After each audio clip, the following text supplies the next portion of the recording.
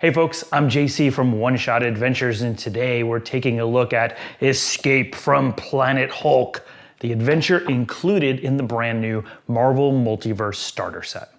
While I really haven't talked much about superhero RPGs on my channel, I do like them.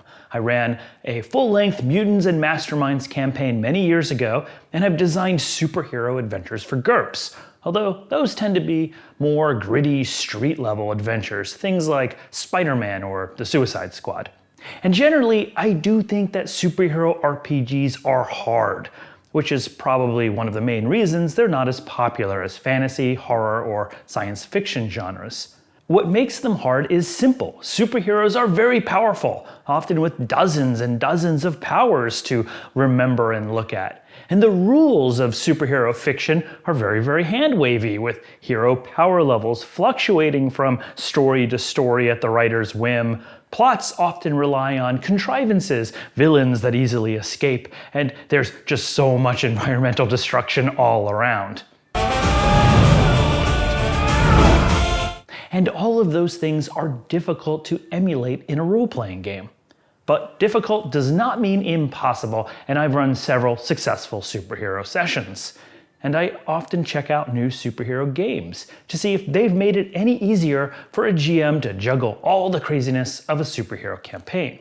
Marvel's Multiverse role-playing game came out a few years ago, and well, I think it's fine. It uses pretty standard game mechanics like rolls to beat certain target numbers. It tries to scale heroes from street to cosmic levels, and it generally does a decent job at that. The bold choice that it makes is to assume that all the players will be playing Marvel heroes, and that the fun of the game is how those heroes combine. That's pretty cool, and I like that it takes full advantage of the Marvel IP and giving something fresh to players. One of the campaigns, the Cataclysm of Kang, even had players switching characters every session, starting with minor superheroes like Mockingbird and working all the way up to the powerful ones like Doctor Strange. It's a really clever way to capture the essence of Marvel in an adventure. Well, the starter set is designed to welcome new players into the game. It includes a streamlined starter rulebook, tokens, dice, a powers guide, several characters that you can play, and a starter adventure, Escape from Planet Hulk. So, is this a great starter adventure? Does it introduce players into the action-packed world of superheroes without too much crazy complexity? Or does it just feel like a D&D adventure with capes? Well, grab your web slingers and suitcase suits, because not only am I going to give you a full review of Escape from Planet Hulk, I'll give you GMs some tips and tricks on how to run this adventure like a true believer. Escape from Planet Hulk is written by Umberto Pignatelli and Michele Garbugio. It's 24 pages and is designed to be run in a single session. The starter set includes 6 medium power characters like Black Panther, Black Widow, Captain America, Miles Morales, Storm, and the Laura Kinney version of Wolverine. This is a strong mix of characters to pick from, with some very different personalities and power sets. Although, expect some fights over Spider-Man. One issue that I have with the pre-generated characters for this adventure is that they just list the powers and abilities on the sheet by name, but they don't say what they actually do. And many of these characters have over a dozen powers.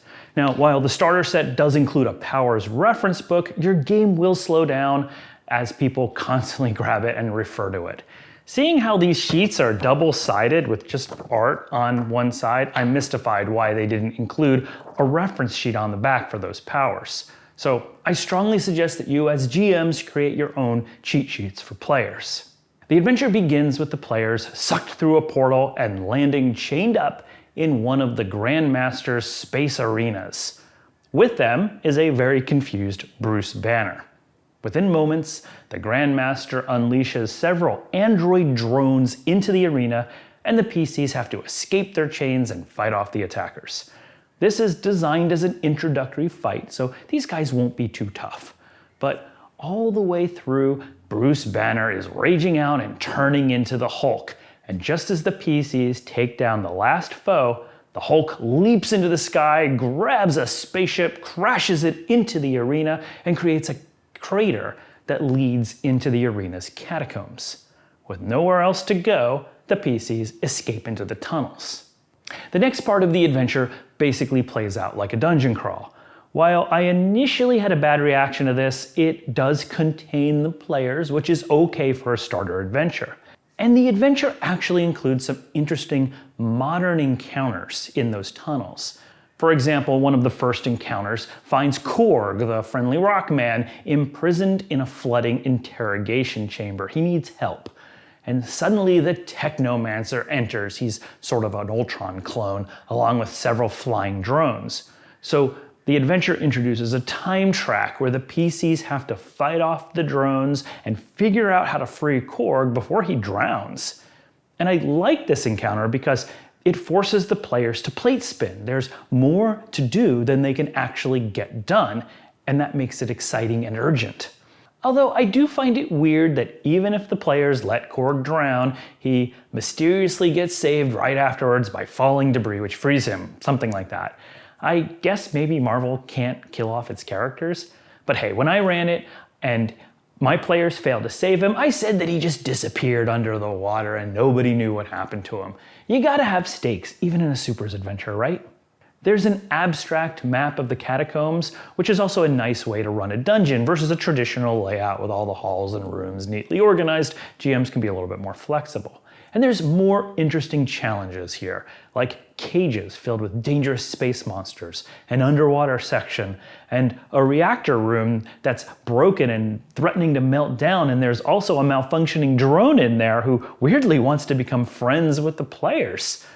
While most of these encounters have very mechanical solutions defined, like make a resilience roll to escape those flooded tunnels, make an ego roll to fast talk that robot, they are fun encounters, and more experienced GMs can and should flesh them out beyond just making the players make some simple rolls. And throughout the catacomb exploration, the players hear the Hulk smashing his way through the arena somewhere else out of sight. Don't forget about this. It does come back later. Describe to your players every so often the roaring and shaking in the distance so they always remember the Hulk's around. There are more famous Marvel characters for the players to find here. They soon find Beast, aka Hank McCoy, who has figured out a way to escape the space arena, which involves bringing a device that he's crafted to the great portal that is in space just outside the arena.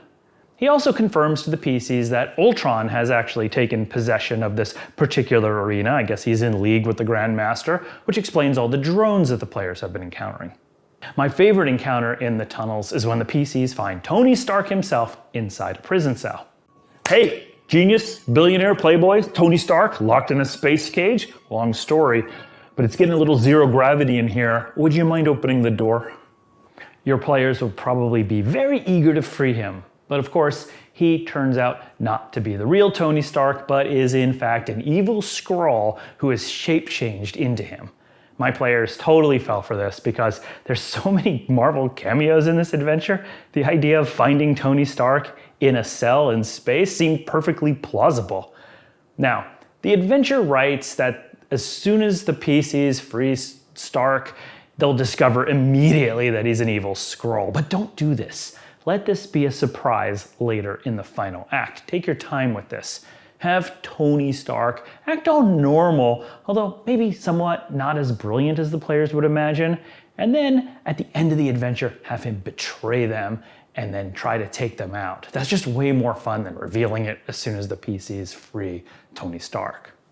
And then remember when I said not to forget about the Hulk? Well, he's basically managed to destroy the entire space arena himself, and soon the entire place is collapsing. And then, at the end of the adventure, the Hulk shows up in full rage mode. The adventure basically abstracts the Hulk here with the place falling apart, and he's flipping out and tossing Ultron bots right and left, and the adventure kind of treats him like a force of nature to be avoided with some rolls or taking some damage if the players try to get in his way. That's probably a wise approach for a starter adventure, since the Hulk could easily take on an entire group. But if your players want to fight him or subdue him, which is very possible, you're going to need the regular core rulebook for the Hulk stats. I wish there was a little more detail in this adventure on how to handle the Hulk at the end here. So GMs, you're just gonna have to improvise if your Captain America decides to hold him at bay while everyone else tries to escape. That's what my player did, and I had to kind of improvise and figure that out on the fly. The PCs then burst out of the destroyed arena, and they find themselves staring at a debris field in space orbiting above the Grandmaster's planet of Sekar. Beyond the field of asteroids and space junk is the Great Portal, which the PCs have to reach with Beast's device to escape back home. What follows next is a fun encounter with the heroes leaping from asteroid to asteroid to get to the space portal. I see you, Miles Morales. That's why everyone wants to play you. Space parkour is totally your thing. Actually, space parkour is totally my thing too. I've never seen that in an adventure before, so this scene earns a Vibranium Game Master star for its creativity. Well done, designers, this is a fun ending. Of course, the PCs are leaping from asteroid to asteroid while being chased by more Ultron drones, including a new, very powerful and bloodthirsty Ultron clone that just wants everybody dead. And another guest star shows up. It's Nebula from the Guardians of the Galaxy, who appears to take down the PCs before they can reach the portal and escape. Nebula's motivations are intentionally unclear here, which is probably true to the character, but I wish the authors had included a little more cleverness to her. So when I ran it, I said that Beast had secretly stolen one of her weapons to use in his portal device, and she had just figured that out, and she was furious, and she wanted to do everything she could to steal it back, including taking out the PCs and preventing their escape. This gave Nebula a little more character and agency, and I found it made a welcome tweak to the end of the adventure.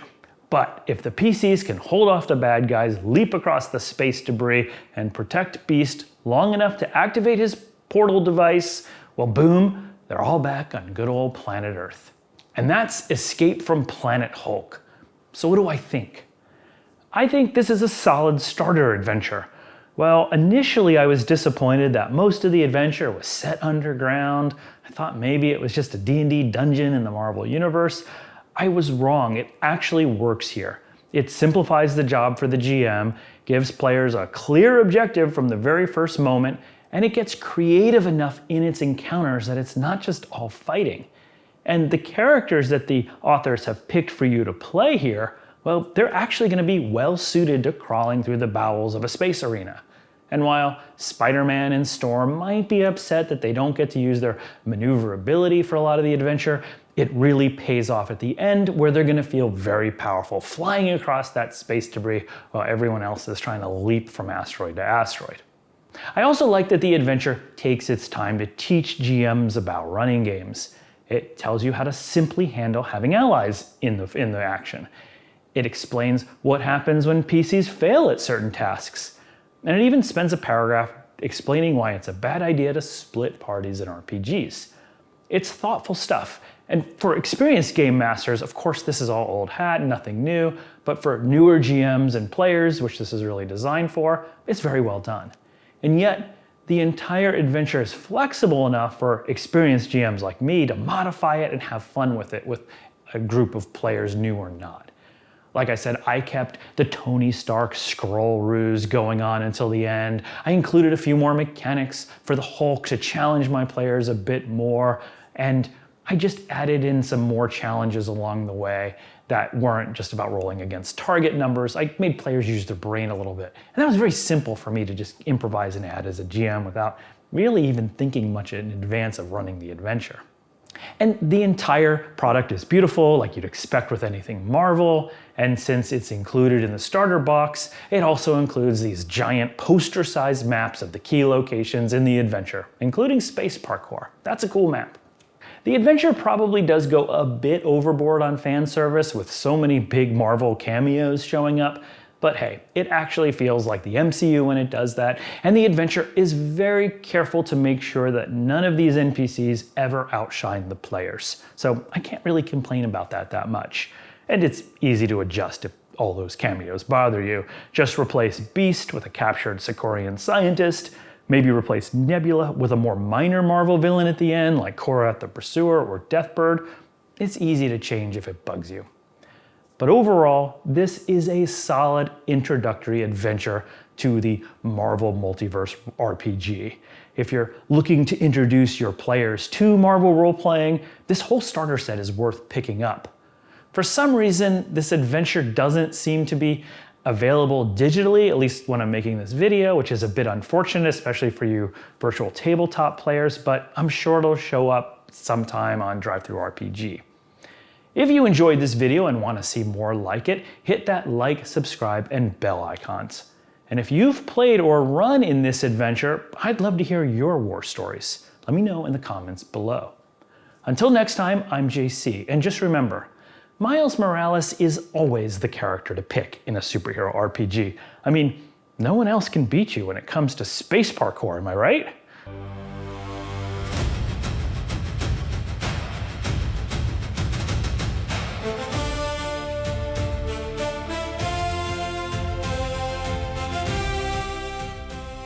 I really wish I'd picked you as my starting character. Bet you did.